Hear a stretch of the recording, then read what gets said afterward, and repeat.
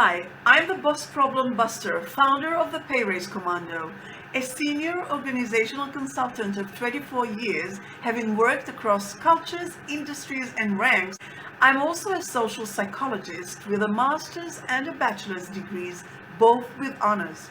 My team and I train passed-over corporate professionals like you to get that pay raise and promotion you're overdue for so that you can finally kill your Monday blues before you sink further and bring your inner joy back, which is the best part of my job and the goal of this channel. Kill your Monday blues and bring your inner joy back. Now, back to the salt mines. The first thing you need to understand about Office Romance from a promotion and pay raise perspective is that it is insidious in the way it cripples your career. You will not even see it coming, let alone understand how or why. The sooner you realize it and the more serious and urgent consideration you give it, the sooner you will be able to counter it with a fix.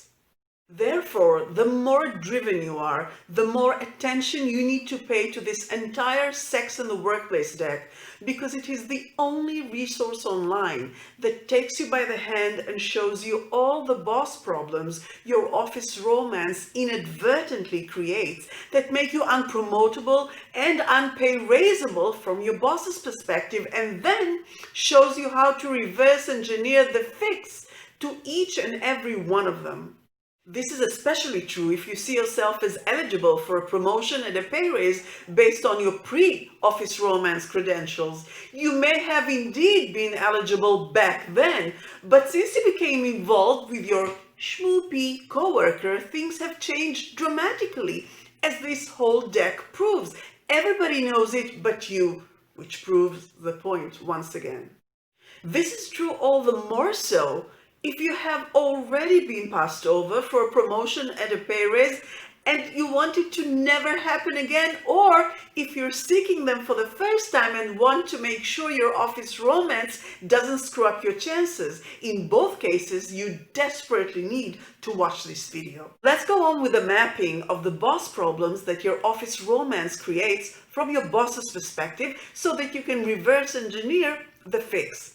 The number 5 Office Romance boss problem that makes you unpromotable and unpay raisable is bypassing formal workflows and procedures. In other words, pissing your boss off even further. Why even further? Because of all the previous Office Romance boss problems you have already caused. That's why. You have not exactly ingratiated yourself on your boss, to put it mildly. And if you haven't yet watched the previous installments of this deck, they're a guaranteed eye-opener that can save your career, if I may say so myself. So you really should watch them here, and I'll put the links in the description as well. Anyway, now you're pissing your boss off even further by messing with something even more critical than all those previous Office Romance boss problems we've covered before. Why it is so critical? It is critical because formal workflows and procedures are the fundamentals of your team's performance, and through a domino effect, also your boss's performance, his boss's performance, and so on. In other words, formal workflows and procedures are the infrastructure of the effectiveness and efficiency of your team or department and the company as a whole. Therefore, when you bypass them, you compromise that effectiveness and efficiency, which pisses your boss off with you. So it is easy to see how this would indeed further escalate your already problematic, not to say negative, standing with your boss. Now, you're probably wondering, or maybe even getting angry with me, thinking, what does my Office Romance have to do with formal workflows and procedures? They are two completely different things. Well, they are completely different, but they are also interdependent in ways most employees don't really realize. Let me give you an example that will make this crystal clear so that you can reverse engineer the fix from it. First, we need to set up the backdrop for the example. Suppose you and your Schmoopie are working in adjacent teams or departments that are internal customers of one another. By the way, this scenario is, if you were wondering, consistent with the premise that you lovebirds are co-workers. There are many organizational situations in which you structurally belong to different teams, but in practice work closely together on a daily basis. So, on with the setup. As internal customers of one another, your two teams have daily communications to exchange information and agree on solutions for the frictions and problems that come up. To support this, there's an infrastructure in place of two kinds. A physical infrastructure in the form of computers, landlines, and so forth, and an operational and administrative infrastructure in the form of formal workflows and procedures. Who does what, when, where, and why? Maybe there's even a designated coordinator to oversee this daily exchange.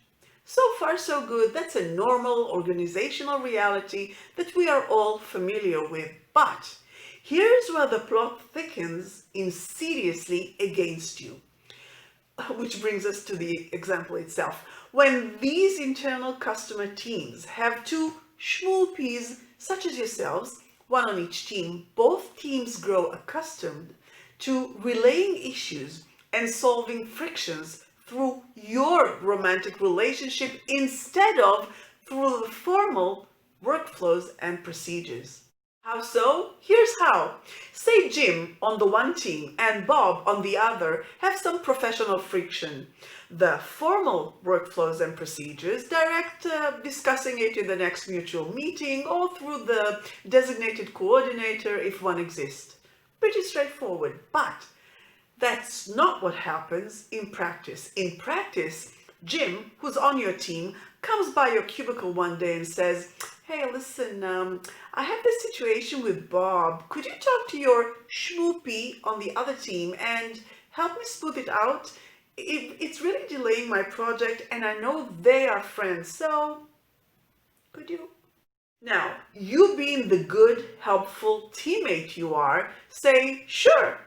And you broker the situation through your Schmoopie and succeed. So great, right? Well, yes and no. Great in the short run, problematic in the long run. In the short run, of course that's the right thing to do. Why wouldn't you to help your teammates? You would be assholes not to try. Of course you should. Plus, it will be a positive in your boss's mind in regards to your interpersonal abilities, thus promoting your chances for a pay raise and a promotion. The problem lies in the long run, when this can totally flip over and hinder your chances. This video is about making you aware of exactly this danger in terms of how your boss sees it in this context, so you can mitigate it to prevent such hindrance to your chances of getting that promotion and or pay raise you want. Plus, when you understand this danger, you can reverse engineer a fix, which we will do together on the last installment of this deck. So what is this danger? Well, what started as an occasional gesture will gradually progress to a shortcut of convenience and will end up as a permanent, informal workflow. The longer you are together as a couple and on the same teams respectively, the more this informal workflow will become anchored to the point of becoming a non-official, non-formal procedure that unintentionally replaces the formal one. And if someone on either team doesn't like the formally designated coordinator, if one exists, then all the more so. Who needs them when they can just come to you Schmoopies instead?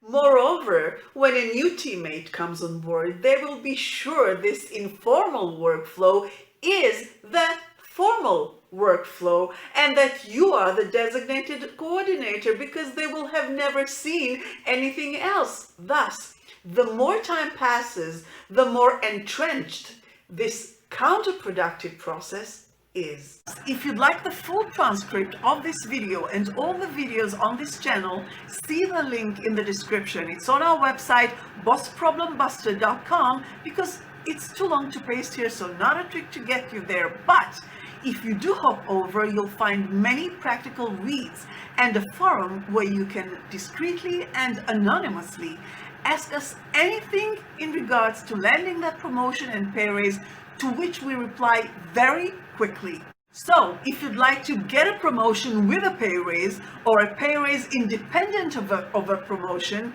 kill your Monday blues and bring your inner joy back, then subscribe, give this video a thumbs up, and hit the notification bell so that we can meet again.